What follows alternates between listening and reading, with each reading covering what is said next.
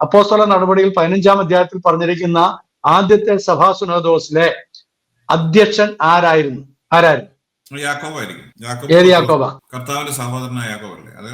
ആ, കർത്താവിന്റെ സഹോദരൻ. കാരണം യോഹന്നാന്റെ സഹോദരനായ യാക്കോബിനെ അവർ വാളുകൊണ്ട് കൊന്നു.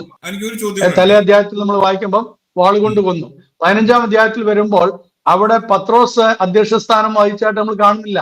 യാക്കോബാണ്. യെരുശലേം സഭയുടെ അധ്യക്ഷനായിരുന്നത് യാക്കോബാണ്. യേശുവിന്റെ അർത്ഥ സഹോദരനായിരിക്കുന്നത് യാക്കോബാണ്. അപ്പം അതെ, അപ്പം നിങ്ങളൊന്ന് ആലോചിച്ച് നോക്കിയ, കർത്താവ് പത്രോസിന്റെ മേലാണ് സഭ പണിതെങ്കിൽ തീർച്ചയായിട്ടും പത്രോസ് ആയിരിക്കണം ആദ്യത്തെ സിനോദോസിൽ അധ്യക്ഷനായിരിക്കേണ്ടതും കൃത്യമായ കാര്യങ്ങൾ പറഞ്ഞ് ജനത്തെ ഇങ്ങനെയാണ്, കാരണം എന്റെ ആണ് സഭ, എന്റെ മേലാണ് പണിതിരിക്കുന്നത്, അതുകൊണ്ട് ഞാൻ പറയുന്നത് നിങ്ങൾ കേട്ടാ മതി എന്നാണ് പറയേണ്ടത്, അല്ലെ? ന്യായമായിട്ട് അങ്ങനെയല്ലേ? ആ ചോദ്യം ചോദിക്കാനുള്ള ഒരു ബുദ്ധി നമുക്കുണ്ടെങ്കിൽ പല നമ്മുടെ അന്ധമായ വിശ്വാസങ്ങളെ നമുക്ക് തള്ളിക്കളയാനായിട്ട് സാധിക്കും. അപ്പൊ അതവിടെ നിൽക്കട്ടെ. അപ്പം ഞാനിപ്പോ ട്രഡീഷണൽ ചർച്ചസിന് വേണ്ടിയാണല്ലോ ബാറ്റ് ചെയ്യുന്നത്. അപ്പൊ ഈ 1 തിമോത്തി 4:14, 2 തിമോത്തി 1:6 ഈ രണ്ട് ഭാഗത്ത് പൗലോസ് പറയുന്നുണ്ട്, എന്റെ കൈവെപ്പിനാൽ നിനക്ക് ലഭിച്ച കൃപാവരങ്ങളെ ജ്വലിപ്പിക്കുക എന്ന് പറയുന്നുണ്ട്. 1 തിമോത്തിയോസ് 4:14 കൂടെ ഞാൻ വായിക്കട്ടെ. അപ്പൊ അത് പൗലോസ് കൈവെപ്പിന്റെ കാര്യം പറയുന്നുണ്ടല്ലോ. അപ്പൊ അതിനെപ്പറ്റി എന്താണ് അഭിപ്രായം? അത് കൈവെപ്പ് ഉണ്ടെന്ന് പറഞ്ഞല്ലോ. കൈവെപ്പില്ലാതെ, അതായത് അധികാരപ്പെടുത്താതെ ഒരാൾക്ക് ഒരു ഉത്തരവാദിത്വം ഏറ്റെടുക്കാൻ പറ്റുകയില്ല. അതിനാണ് ഞാൻ പറഞ്ഞത്, പഴയ നിയമത്തിലേക്ക് നമ്മൾ പറഞ്ഞായിരുന്നല്ലോ. പഴയ നിയമത്തിലെ ലേവ്യ ഗോത്രത്തെ മുഴുവനായിട്ട് വിളിച്ചു വരുത്തുകയും ഇസ്രായേൽ ലേവ്യരുടെ മേൽ കൈവച്ചവരെ അനുഗ്രഹിക്കുകയും ചെയ്തു. അതിനുശേഷം മോശ അധികാരപ്പെടുത്തി, യോശുവയെ മോശ അധികാരപ്പെടുത്തി, അഹരോനെ വാഴിക്കുന്നുണ്ട്. വാഴിക്കാന്ന് പറഞ്ഞു കഴിഞ്ഞാൽ കൈവച്ച് അവനെ അനുഗ്രഹിച്ച് ശുശ്രൂഷയ്ക്ക് വേണ്ടി അഭിഷേകം ചെയ്യുന്നുണ്ട്. പ്രവാചകന്മാർ പലരെയും പല ജോലിക്ക് വേണ്ടിയിട്ട്, പല ഉത്തരവാദിത്തങ്ങൾക്ക് വേണ്ടിയിട്ട് അഭിഷേകം ചെയ്യുന്നുണ്ട്. ആ കൈവെപ്പെന്ന് പറയുന്നത് ഒരു അധികാരപ്പെടുത്തലാണ്. ഞങ്ങൾ നിന്നെ അധികാരപ്പെടുത്തുന്നു, ഈ കാര്യങ്ങൾ ചെയ്യാൻ തക്കവണ്ണം നീ യോഗ്യനായി തീരണം, അതുകൊണ്ട് നീ കാര്യങ്ങൾ ചെയ്യണം എന്ന് പറയാം. പക്ഷെ അത് വളരെ സിമ്പിൾ ആയിരുന്നു എന്നുള്ളതാണ് ഞാൻ പറയുന്നത്. അതിന് വേഷഭൂഷാദികളും അത് കറക്റ്റാണ്. ഇപ്പൊ ഒരു CSI മാതൃക, അത് ശരിയാണ്. അതായത് ഇപ്പൊ നമുക്ക് ഇങ്ങനെ അറിയാം, ഇപ്പൊ ഒരു പുതിയ സ്ഥലത്തോട്ട് ഒരാളെ നമ്മൾ അയക്കുക സഭയായിട്ട്. ഇപ്പൊ ഫോർ എക്സാമ്പിൾ ഛത്തീസ്ഗഡിലോട്ട് ഒരാളെ അയക്കുകയാണ് നിങ്ങളുടെ സഭ, ഇന്ത്യൻ ഇവാഞ്ചലിക്കൽ സഭ, ട്രസ്റ്റ്. അപ്പൊ അവര് അയക്കുകയാണ്. അപ്പൊ അവരയക്കുമ്പോ നിങ്ങൾ ഒരാളെ അധികാരപ്പെടുത്തി അയക്കും. അയാൾ അവിടെ ചെന്നിട്ട് പറഞ്ഞ മാതിരി ബാക്കിയുള്ള മൂപ്പന്മാരെ വാഴിക്കുകയോ കാര്യങ്ങളൊക്കെ. അതല്ലാതെ ഇല്ല, അങ്ങനെ മൂപ്പന്മാരെ വാഴിക്കാനൊന്നും പറ്റില്ല. അവർക്ക് മൂപ്പന്മാരെ വാഴിക്കാൻ പറ്റില്ല. ഞങ്ങളുടെ സഭ അഡോപ്റ്റ് ചെയ്തിരിക്കുന്ന മെത്തേഡ് ഞാൻ പറയാം. അതായത് ഇപ്പൊ കാരണം നമ്മളൊരു എപ്പിസ്കോപ്പസിയുടെ ഇതിലാണ് വന്നിരിക്കുന്നത്, മാതൃകയാണ്. അത് ഡിഡാക്കയുമായിട്ട് വളരെ സാമ്യമുണ്ട്. ഒരു കാര്യം അജി പറഞ്ഞതിനെ ഞാൻ അപ്രീഷിയേറ്റ് ചെയ്യാണ്. ഇന്ന് നമുക്ക് ഈ ഡിഡാക്കയുമായിട്ട് ഏറ്റവും യോജിച്ച് നിൽക്കുന്ന ഏത് ചർച്ച ഉണ്ടെന്ന് ചോദിച്ചു കഴിഞ്ഞാൽ LMS, CMS, Basil evangelical mission, ഈ ചർച്ചസ് ആണ് ഇന്ന് കേരളത്തിലെ ഈ 3 ഈ മിഷൻ സംഘടനകൾ അവർ രൂപപ്പെട്ടാണ് പിന്നീട് CSI ഉണ്ടായിരിക്കുന്നത്. അപ്പൊ അത് ഈ ഡിഡാക്കയുമായിട്ട് വളരെ യോജിച്ചാണെന്ന് മാത്രമല്ല, അവരുടെ അപ്പം നുറുക്കൽ യൂക്കാറിസ്റ്റ് എന്നുള്ള കാര്യം തന്നെയാണ് അവരുടെ ആരാധനാ ക്രമത്തിൽ ഉപയോഗിച്ചിരിക്കുന്നത്. അവരുടെ പ്രാർത്ഥനാ ക്രമങ്ങൾ, ഞാൻ CSI സെമിനാരി പഠിച്ചവനാണ്. അപ്പൊ എനിക്ക് നന്നായിട്ട് ഞാൻ അവരുടെ പള്ളികളിലൊക്കെ ശുശ്രൂഷിക്കാനായിട്ട് പോയിട്ടുണ്ട്, ഇപ്പോഴും പോകുന്നുണ്ട്. അവരുടെ പള്ളികളിൽ പ്രസംഗിക്കാനും ഒക്കെ, കൺവെൻഷൻ പ്രസംഗത്തിനൊക്കെ ഇപ്പോഴും എന്നെ വിളിക്കാറുണ്ട്. അവരുടെ ബിഷപ്പുമാർ പലരും എൻ്റെ അടുത്ത സ്നേഹിതന്മാരാണ്, എന്റെ സമകാലികരായിട്ട് പഠിച്ചവരുണ്ട്. അവരുടെ പ്രധാനപ്പെട്ട ഏറ്റവും കൂടുതൽ സുവിശേഷം അറിയിച്ചുകൊണ്ടിരുന്ന ബിഷപ്പ് എന്റെ ജൂനിയർ ആയിരുന്നു. അപ്പൊ ഞങ്ങളൊക്കെ തന്നെ വലിയ ഇന്റിമസി ഉള്ളതാണ്. അപ്പൊ ഒരു കാര്യം, ഞാൻ CSI കാരനല്ലല്ലോ, അപ്പൊ എനിക്ക് ധൈര്യത്തോടെ അവരെ അപ്രീഷിയേറ്റ് ചെയ്യാൻ, എല്ലാവരെയും അപ്രീഷിയേറ്റ് ചെയ്യാൻ, നന്മ കാണുന്ന എവിടെയും, ഞാൻ പറഞ്ഞല്ലോ വർത്തമാന സഭയെ ഞാൻ അപ്രീഷിയേറ്റ് ചെയ്ത കാര്യം പറഞ്ഞല്ലോ. അപ്പം വളരെ കൃത്യമായിട്ടൊരു കാര്യം നമ്മൾ ഓർക്കണം, ഈ CSIയിലെ LMS, ബാസൽ, അതുപോലെ തന്നെ CMS, ഈ 3 ട്രഡീഷൻസ്, അവരുടെ രീതി, അവരൊരു പ്രദേശത്തേക്ക് ഒരു പട്ടക്കാരനെ അയക്കുന്നു. ഇപ്പൊ ഇംഗ്ലണ്ടിൽ നിന്ന് വന്ന പട്ടക്കാരാണ് റവറൻ ബെഞ്ചമിൻ ബെയ്ലി പോലുള്ള ആളുകൾ. അപ്പൊ അവര് വന്നിട്ട് അവിടെ ശുശ്രൂഷ ആരംഭിച്ചു. അത് കഴിഞ്ഞിട്ട് പിന്നീട് അത് വളർന്നു വന്നപ്പോൾ തദ്ദേശീയരായിട്ടുള്ള ആളുകളെ അവര് ഉപദേശിമാരായിട്ട് കമ്മീഷനിങ് കൊടുത്തു. ഞങ്ങളും ആ രീതിയാണ്, ഞങ്ങളും കമ്മീഷനിങ് ആണ് ആദ്യം കൊടുക്കുന്നത്. സെമിനാരിയിൽ നിന്ന് പഠിത്തം കഴിഞ്ഞ് ഇറങ്ങി കഴിയുമ്പോൾ തന്നെ അവർക്ക് വെള്ള ചരടോടുകൂടിയ അങ്കി കൊടുക്കും. അത് കമ്മീഷനിങ് ആണ്. അപ്പൊ അവർക്ക് അതിന്റെ അർത്ഥം അവർക്ക് പള്ളികളിൽ പോയി അച്ഛന്മാരോടൊപ്പം ശുശ്രൂഷയില് പങ്കാളികളാകാം എന്നുള്ളതാണ്. അത് കഴിഞ്ഞതിന് ശേഷം നമ്മൾ ഫസ്റ്റ് ഓർഡിനേഷൻ എന്ന് പറയും, ഒന്നാമത്തെ, അതാണ് ഡീക്കന്മാരാക്കി വിടുന്നതായിട്ടുള്ള ശുശ്രൂഷ. അപ്പൊ ഒന്ന് വചനം പ്രസംഗിക്കാനും പള്ളിയിലെ ശുശ്രൂഷകൾക്ക് വേണ്ടിയിട്ട് അവരെ നിയോഗിക്കുന്നതാണ്. അത് കഴിഞ്ഞ് രണ്ടാമത്തേത് കുറച്ചും കൂടെ നമ്മുടെ പള്ളികളിൽ ശുശ്രൂഷയ്ക്ക് കൂടുതൽ കാര്യങ്ങൾ ചെയ്യാനായിട്ട്, യൂക്കാറിസ്റ്റിന് അവരെ ഹെൽപ്പ് ചെയ്യാനായിട്ട്, അച്ഛന്മാരെ ഹെൽപ്പ് ചെയ്യാനായിട്ട്, വീഞ്ഞു കൊടുക്കാനായിട്ടൊക്കെ, ഞങ്ങൾക്ക് ഈ അപ്പവും വീഞ്ഞും സെപ്പറേറ്റ് ആണ്, അപ്പൊ അത് കൊടുക്കാനായിട്ടൊക്കെ സഹായിക്കാൻ വേണ്ടിയിട്ടാണ് ഓർഡിനേഷൻ, സെക്കൻഡ് ഓർഡിനേഷൻ. ചില സമയത്ത് അച്ഛന്മാരില്ലാത്തപ്പോൾ അച്ഛന്മാരുടെ അഭാവത്തിൽ വിവാഹവും ഒഴിച്ച് ബാക്കിയുള്ള മരണമൊക്കെ നടന്നു കഴിഞ്ഞാൽ അടക്കം ചെയ്യാനൊക്കെ സാധിക്കും. മൂന്നാമത്തെ ഓർഡിനേഷൻ ആണ് പ്രിസ്ബിറ്റേറിയൻ ഓർഡിനേഷൻ, അല്ലെങ്കിൽ പട്ടത്ത ശുശ്രൂഷ എന്ന് പറയുന്നത്. അപ്പൊ ആ മൂന്നാമത്തെ ഓർഡിനേഷൻ കഴിയുമ്പോൾ അയാൾക്ക് സഭയിലെ എല്ലാ കാര്യങ്ങളും ചെയ്യാം.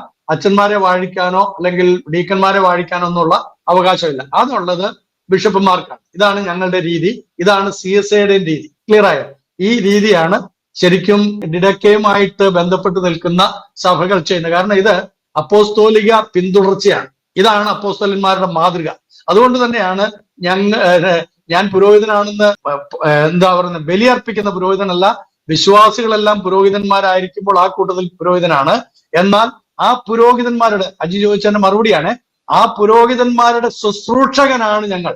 അതാണ് ഞങ്ങളുടെ ഇവാഞ്ചലിക്കൽ സഭയുടെ പഠിപ്പീര്. എന്താണെന്ന് വെച്ച് കഴിഞ്ഞാൽ നിങ്ങളെല്ലാം വിശ്വാസികള്, എല്ലാവരും പുരോഹിതരാണ്, ആ കൂട്ടത്തിൽ ഞങ്ങൾ ഉൾപ്പെടുന്നു. പക്ഷേ നിങ്ങളെ ആത്മീയമായിട്ട് വളർത്താൻ വേണ്ടിയിട്ട് ദൈവം ഞങ്ങളെ ഈ ശുശ്രൂഷ പരമേൽപ്പിച്ചിരിക്കുന്നു.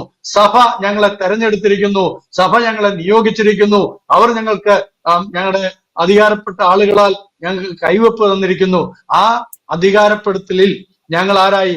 ഞങ്ങൾ നിങ്ങളുടെ ശുശ്രൂഷകരായി തീർന്നു. അതാണ് പ്രിസ്ബിറ്ററിയോസ് എന്നുള്ള പദം, പ്രിസ്ബിറ്റേഴ്സ്.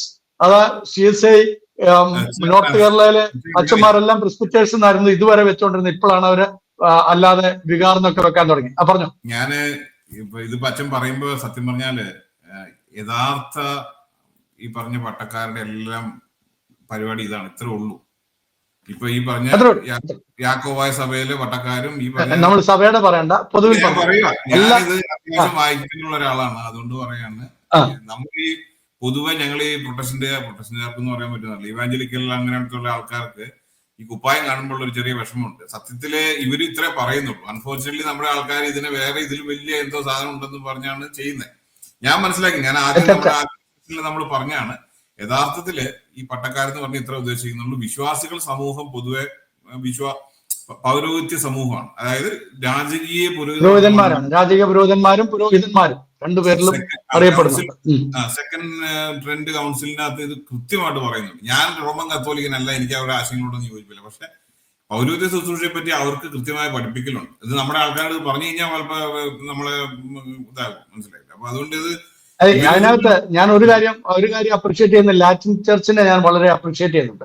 ലാറ്റിൻ ചർച്ച് വളരെ സിമ്പിൾ ആണ് ഈ കാര്യത്തിൽ, വളരെ സിമ്പിൾ ആണ് ഈ കാര്യത്തിൽ. അവരുടെ ഈ ഡിഡക്കയുമായിട്ട് വളരെ യോജിച്ചാണ് അവരുടെ ആരാധന രീതികളെല്ലാം തന്നെ നിൽക്കുന്നത്. അപ്പം ഓരോരുത്തർക്കും യോജ്യമായ രീതിയിൽ ചൊല്ലാനുള്ള താല്പര്യം, കേൾക്കാനുള്ള, ഞാൻ അതിനെ ഈ വിധത്തിൽ അജി പറയുന്നത് എന്താണെന്നറിയാമോ? ടെമ്പറമെന്റ് അനുസരിച്ചാണ് ഓരോരുത്തരും സഭ വിശ്വാസികളായിട്ട് മാറുന്നത്. ഏത് സഭയിൽ നിൽക്കണം, ടെമ്പറമെന്റ്. ഒരു മനുഷ്യർക്ക്, എല്ലാ മനുഷ്യർക്കും 4 ടെമ്പറമെന്റ് ഉണ്ട്. ആ ടെമ്പറമെന്റ് അനുസരിച്ചാണ്. ഇപ്പൊ അജി പറഞ്ഞ ഏതാ, ബ്രദർ സഭ എന്നാണോ പറഞ്ഞത്? വളരെ സൈലന്റ് സഭയാണല്ലോ നിങ്ങളല്ലേ? അതുകൊണ്ടാണ് നീ ഇത് പറഞ്ഞിട്ട് റോമൻ അച്ഛന്മാരെ അങ്ങോട്ട് എനിക്ക് ജീവിക്കണ്ടേ? ആയിക്കോട്ടെ, എനിക്ക് വലിയ ഇഷ്ടമുള്ള ഒരു കൂട്ടമാണ് ബ്രദർ സഭ. കാരണം ഡോക്ടർ ബാബു കെ വർഗീസ് അങ്കിളിനെ പോലെ ഇത്ര അടുത്ത ഹൃദയാംഗമായി പരസ്പരം അടുത്തിട്ടുള്ള ആളുകള്, അതുപോലെ ജെറി, നമ്മുടെ അനിൽകുമാർ അയ്യപ്പൻ, ഇതേപോലുള്ള നമ്മുടെ ബാലസുബ്രഹ്മണ്യന്റെ വലങ്കൈയാണ്. അപ്പൊ ഇങ്ങനെയൊക്കെയുള്ള അനവധി സഹോദരങ്ങൾ എനിക്കുള്ളത് കൊണ്ട് എനിക്ക് വളരെ സന്തോഷം. ഞങ്ങളുടെ ഈ മിഷന്റെ അഡ്മിനിസ്ട്രേറ്റർ ഒരു ബ്രദറൻകാരൻ അഡ്വക്കേറ്റ് ജേക്കബ് മാത്യു സാർ. അപ്പൊ ഇങ്ങനെയൊക്കെയുള്ള വലിയ സന്തോഷമാണ് എല്ലാവരുമായിട്ട്. എല്ലാ സഭകളും ഉണ്ട് കേട്ടോ, നമുക്ക് അതാണ് ഒരു പ്രത്യേകത. എല്ലാവരെയും നമ്മൾ ഉൾക്കൊള്ളുന്നു, എല്ലാവരുമായിട്ട്. യാഗോകാരാണെങ്കിൽ എന്റെ സ്വന്തം സഹോദരങ്ങളാണ്. പിന്നെ എന്റെ അമ്മയുടെ അമ്മാച്ചൻ എന്ന് പറഞ്ഞാൽ എന്റെ വല്യമ്മച്ചിയുടെ ആങ്ങള ഫാദർ തോമ മുട്ടത്ത് എന്ന് പറയും. എനിക്ക് ഈ പാരമ്പര്യമൊന്നുമില്ല കേട്ടോ, ഞാൻ ഇന്നലത്തെ പാരമ്പര്യം മാത്രം പറയുന്ന ഒരു വ്യക്തിയാണ്. ഇന്നലെ ഞാൻ കർത്താവിനെ അറിഞ്ഞു, ഇന്നലെ എന്ന് പറഞ്ഞാൽ ഇന്നലകളിൽ എന്റെ ജീവിതാഷ്കാലത്ത് കർത്താവിനെ അറിഞ്ഞു. അങ്ങനെ ഞാൻ വീണ്ടും ജനനത്തിലേക്ക് വന്നു, ദൈവവേദലായി. അപ്പൊ ആ ഒരു അനുഭവത്തിൽ കർത്താവ് എന്നോട് പറഞ്ഞടാ, നീ പോയി സുവിശേഷവേല ചെയ്യ എന്ന് പറഞ്ഞു. അപ്പം ഡിഡാക്ക ഞാൻ പഠിച്ചു കഴിഞ്ഞപ്പോൾ എനിക്ക് തോന്നി, ഞാൻ എടുക്കുന്ന ഈ സ്റ്റാൻഡാണ്, ഇവാഞ്ചലിക്കൽ ഫെയ്ത്ത് ആണ് ഏറ്റവും അനുയോജ്യമായിട്ടുള്ളത്. അതിനെക്കുറിച്ച് ബൈബിളിൽ പറഞ്ഞിട്ടുണ്ട്, പത്യോപദേശം. അത് കേട്ടിട്ടുണ്ടല്ലോ അല്ലെ? പത്യോപദേശം എന്ന് പറയുന്നത് that is A sound doctrine. ആ സൗണ്ട് ഡോക്ട്രിൻ, ഇവാഞ്ചലിക്കൽ ഫെയ്ത്ത്, അതാണ് വേദപുസ്തകം പഠിപ്പിക്കുന്ന ഫെയ്ത്ത് എന്ന് മനസ്സിലായി. അതുകൊണ്ട് ഞാൻ അതിനകത്ത് നിൽക്കുകയും എല്ലാവരും ഒരുപോലെ തന്നെ ഉൾക്കൊള്ളുകയും ചെയ്യും. അപ്പൊ എന്റെ വല്യമ്മച്ചിയുടെ ആംഗ്ല എന്നെ അദ്ദേഹത്തിന്റെ പിന്തുടർച്ചക്കാരനാക്കാനായിട്ട്, ഫാദർ തോമ മുട്ടത്ത്, അദ്ദേഹം ജീവിച്ചിരിപ്പില്ല, റംബാനായിട്ടൊക്കെയാണ് കാലം ചെയ്ത്. അപ്പം അദ്ദേഹം ഒരു ആശ്രമത്തിലായിരുന്നു. അത് ഓർത്തഡോക്സ് സഭയുടെ പ്രഗത്ഭനായിട്ടുള്ള ഒരു പട്ടക്കാരനായിരുന്നു, ഒരു സന്യാസി പട്ടക്കാരനായിരുന്നു അദ്ദേഹം. അപ്പം അദ്ദേഹം ഒരുപാട് പുസ്തകം എഴുതിയിട്ടുണ്ട്. അദ്ദേഹം എഴുതിയിരിക്കുന്ന പുസ്തകമൊക്കെ നിങ്ങൾക്കൊക്കെ എതിരായിട്ട് തന്നെ ഒരുപാട് പുസ്തകങ്ങൾ എഴുതിയിട്ടുള്ള ആളാണ്. അപ്പൊ ഞാൻ സെമിനാരി പഠിക്കുന്ന കാലം മുതല് അച്ഛനപ്പച്ചൻ എന്നോട് വലിയ ഇഷ്ടമായിരുന്നു. അതുകൊണ്ട് എന്നെ പിടിച്ച് അദ്ദേഹത്തിന് ചെറിയ സേവയൊക്കെ ഉണ്ടായിരുന്നു, ഒരു ദേവസേവയൊക്കെ ഉണ്ടായിരുന്നു. അപ്പൊ ആ സേവ ഏതാണെന്ന് ഞാൻ പറയുന്നില്ല, അതൊക്കെ ചിലർക്ക് ഒഫൻഡഡ് ആവും, അതുകൊണ്ട് അത് പറയുന്നില്ല. അപ്പൊ ആ സേവ കുടുംബത്തിൽ ഒരാളെ ഏൽപ്പിക്കാതെ മൺമറഞ്ഞു കഴിഞ്ഞാൽ തീർച്ചയായിട്ടും കുടുംബം ശിഥിലമാകുമെന്നുള്ളൊരു വിശ്വാസം, അതിനെ ഞാൻ വിളിക്കുന്നത് അന്ധമായിട്ടുള്ള വിശ്വാസം എന്നാണ്, വചനത്തിൽ ഉള്ളതല്ല. അപ്പൊ അങ്ങനെയുള്ള കാര്യങ്ങൾ എന്നെ ഏൽപ്പിക്കാൻ വേണ്ടി അന്ന് അദ്ദേഹം ബത്തേരിയിൽ ഇരിക്കുന്ന ഫാദർ നൂർനാൽ അച്ഛന്റെ മത്തായി നൂർനാൽ, അവിടെ ആ കാലഘട്ടത്തിലാണ്. അപ്പൊ അവിടെ ഒരു ഇടവക വികാരിയായിട്ട് സേവനം അനുഷ്ഠിക്കുന്ന സമയത്ത് ഒരു ആവശ്യത്തിന് വേണ്ടി ഞാൻ അവിടെ സെമിനാരിയിൽ നിന്ന്, ചെന്നൈയിൽ നിന്ന് ഞാൻ അവിടെ പോകാനായിട്ട് ഇടയായി. അവിടെ ചെന്ന് കഴിഞ്ഞപ്പം ഞാൻ കാണുന്ന ഒരു കാഴ്ച, ചെന്നിറങ്ങി ഞാൻ ഫ്രഷ് ആയിട്ട് അച്ഛനപ്പച്ചന്റെ മുറിയിലോട്ട് ചെല്ലുമ്പോൾ അവിടെ ഒരു പ്രായമുള്ള അക്രൈസ്തവ പശ്ചാത്തലത്തിലുള്ള ഒരു അമ്മച്ചി, അവരുടെ മകനുണ്ട്, ചില പ്രായമുള്ള മകനാണ്. അപ്പൊ അവർ രണ്ടുപേരും അവിടെ ഉണ്ട്. അമ്മച്ചിയുടെ തലയിലോട്ട് വലിയ അജാനുബാഹുവായിരിക്കുന്ന എന്റെ അച്ഛനമ്മച്ചന്റെ കൈ ഇങ്ങനെ ഇരിപ്പുണ്ട്. അമ്മച്ചി വലിവിന്റെ അസുഖം കൊണ്ട് വന്നതാണ്, ആ വലിവിന്റെ അസുഖത്തിന് വേണ്ടി പ്രാർത്ഥിക്കാൻ വന്നതാണ്. കൈ വെച്ചപ്പോഴത്തേക്ക് കഴുത്തെല്ലാം കൂടി ഇങ്ങനെ താഴ്ന്നു ഒടിഞ്ഞു കിടക്കുന്ന പോലെ. അപ്പൊ എനിക്ക് തന്നെ സങ്കടം തോന്നി. അപ്പം അച്ഛനപ്പച്ചനെ അങ്കിയിട്ടിരിക്കുന്നതിന്റെ പുറത്തൊരു ചുമന്ന ഒരു ഇതും കൂടെ കെട്ടിയിട്ടുണ്ട്. അപ്പൊ കണ്ടപ്പോ തന്നെ എനിക്ക് വല്ലാത്തൊരു അസ്വസ്ഥതയൊക്കെ ഉണ്ടായി. അവിടുത്തെ ആ തിരിയുടെ നാറ്റവും എല്ലാം കൂടെ, നാറ്റമെല്ലാം മണമാണ് കേട്ടോ, എല്ലാം കൂടെ ആയി കഴിഞ്ഞപ്പോ ഞാൻ അസ്വസ്ഥനായിട്ടിരുന്നു. അപ്പൊ ഇതിങ്ങനെ തലേ കൈ വെച്ചിട്ട് ഞാൻ പഠിക്കുന്ന കാര്യങ്ങളെല്ലാം തന്നെ തെറ്റാണെന്നും അച്ഛനപ്പച്ചൻ പഠിപ്പിച്ചോളാമെന്നും ഒക്കെയാണ് പുള്ളി പറയുന്നത്. പുള്ളി വലിയ തിയോളജിനൊക്കെ. അപ്പൊ അതൊക്കെ പറഞ്ഞാണ് എന്നെ ഇങ്ങനെ എന്നോട്. അപ്പൊ ഞാൻ ചെറിയ തർക്കുത്തരൊക്കെ, അന്ന് ഈ ചെറുപ്രായം മുതൽ തന്നെ ഈ തർക്കിക്കാനൊക്കെ വലിയ കൊതിയുള്ളോട് ഇച്ചിരി തർക്കുത്തരം പറഞ്ഞ സമയത്ത് പുള്ളി അമ്മച്ചിയുടെ തലയിലോട്ട് കൈ അമർത്തും എന്നോടുള്ള അരിശം കൊണ്ട്. അപ്പൊ കൂടുതൽ അമ്മച്ചിക്ക് സങ്കടം, ഈ കഴുത്ത് വേദനിക്കും. അത് കഴിഞ്ഞ് ഒരു 1/2 മണിക്കൂർ കഴിഞ്ഞപ്പോ കൈയെടുത്തിട്ട് ചോദിച്ചു, ഇപ്പൊ എങ്ങനെ ഉണ്ടെന്ന് ചോദിച്ചു. അപ്പൊ അമ്മച്ചി പറഞ്ഞു, നല്ല ആശ്വാസം തോന്നുന്നു. ഞാൻ പറഞ്ഞു, ആ കൈ എടുത്തതിന്റെ ആശ്വാസം, മനസ്സിലായില്ലേ? അപ്പൊ ഞാൻ പരിഹസിക്കൊന്നുമല്ല. അപ്പൊ ഇതുപോലുള്ള, എന്നിട്ട് ആ ആത്മാവിനെ എനിക്ക് തരാൻ വേണ്ടിയിട്ട് ഒരുപാട് കൊതിച്ച ആളാണ്. അപ്പം എങ്ങനെ ഇരിക്കുന്നു ആത്മീയത? അപ്പം ഈ ദൈവവചനം ഇല്ല എങ്കിൽ സംഭവിക്കുന്ന ഇതുപോലുള്ള ഒരുപാട് ദുരുപദേശങ്ങളും കൂടോത്രങ്ങളും മന്ത്രവാദങ്ങളും ഒക്കെ 14-ാം നൂറ്റാണ്ട് മുതൽ കേരളത്തിലെ ഈ പറയുന്ന പാരമ്പര്യ സഭകൾ ഉണ്ടായിരുന്നു എന്നുള്ളതിന്റെ വളരെ കൃത്യമായ തെളിവുകളുണ്ട്. ഇല്ലെന്ന് ആരെങ്കിലും പറയട്ടെ, ഇല്ലെന്ന് തെളിയിക്കട്ടെ പറയുന്നവര്. അപ്പൊ ഇതൊക്കെ ഉണ്ടായിരുന്നു. ഞാൻ കോലഞ്ചേരി കടമറ്റം ആളാണ്, കോലഞ്ചേരിക്കാരനാണ്. ഞങ്ങളുടെ അറിയാം. അപ്പൊ ഞങ്ങളുടെ പരിസരത്ത് ഞാന് ബ്രദറൻ സഭയിലൂടെ അല്ലെങ്കിൽ എന്റെ പിതാവ് വന്ന സമയത്ത് ഒരു 20 വയസ്സൊക്കെ ആയപ്പോ ഞാൻ ഒരു നല്ലൊരു ബ്രദറൻകാരൻ എന്നുള്ള നിലയ്ക്ക് ചിന്തിക്കാനൊക്കെ ഒരു സമയത്ത് എനിക്ക് സുവിശേഷം പറയുന്ന നമ്മുടെ ഒരാളുണ്ടല്ലോ,